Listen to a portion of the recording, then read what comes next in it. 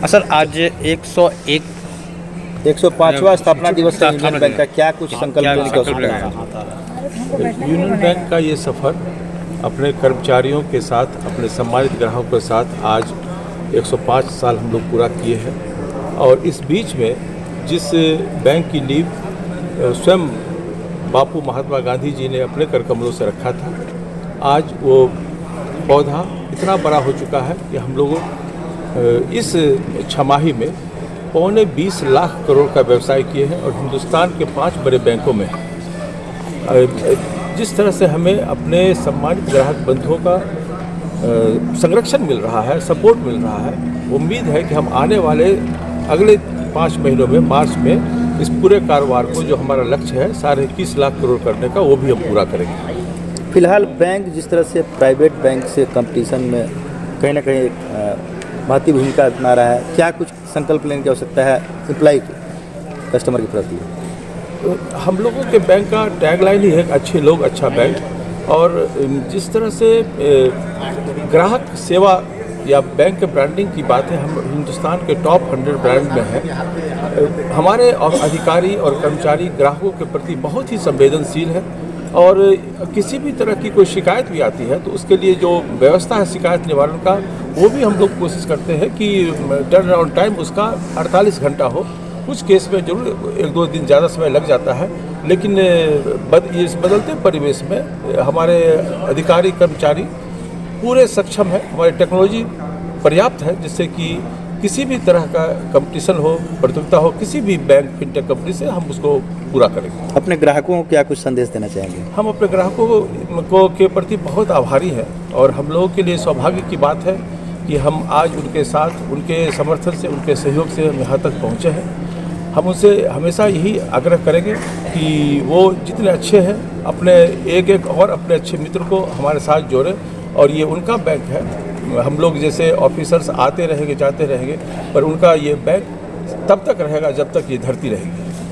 Sir self introduction. मैं Rajesh Kumar, regional manager, Union Bank of India, Patna. Thank you. Branch भी खुल रहा है, इसके लिए भी हम धन्यवाद देना चाहेंगे। और 105 साल कोई कम अवधि नहीं होती, ये बहुत बड़ा कालखंड है। और इस कालखंड में यूनियन बैंक जो प्रगति किया है उसके लिए यूनियन बैंक के सभी पदाधिकारीगण बधाई के पात्र हैं और एक तरह से यह राष्ट्र की सेवा कर रहे हैं। मैं गणित का प्रोफेसर हूँ और बैंक, कहिएगा कि बैंक और गणित में क्या संबंध है, तो बैंक तो गणित पर ही चलता है। पूरा बैंक का जो हिसाब किताब होता है उसमें कहीं ना कहीं मैथमेटिक्स इन्वॉल्व रहता है। और आज के कार्यक्रम में शायद बच्चों को भी सम्मानित किया जाना है, तो उन बच्चों को जो सम्मानित होंगे उनको मैं बधाई देता हूं और शुभकामना देता हूं कि आप अपने जीवन में जिस क्षेत्र में जाएं, शिखर पर पहुंचें, एक्सेल करें। हमारा तो मानना है कि यह देश, इस देश में 65% 60 से 65% आबादी युवाओं का है और लोग कहते हैं कि भारत की जनसंख्या अधिक है। क्यों नहीं हम इसको अपना एसेट बना लें, क्योंकि हमारे पास जितना मैन पावर है, आने वाले दिनों में विश्व का सबसे बड़ा मैन पावर हमारे देश में होगा। और इस मैन पावर को, इस रिसोर्स को अगर हम सही ढंग से उपयोग करें तो हमारा देश फिर शिखर पर होगा।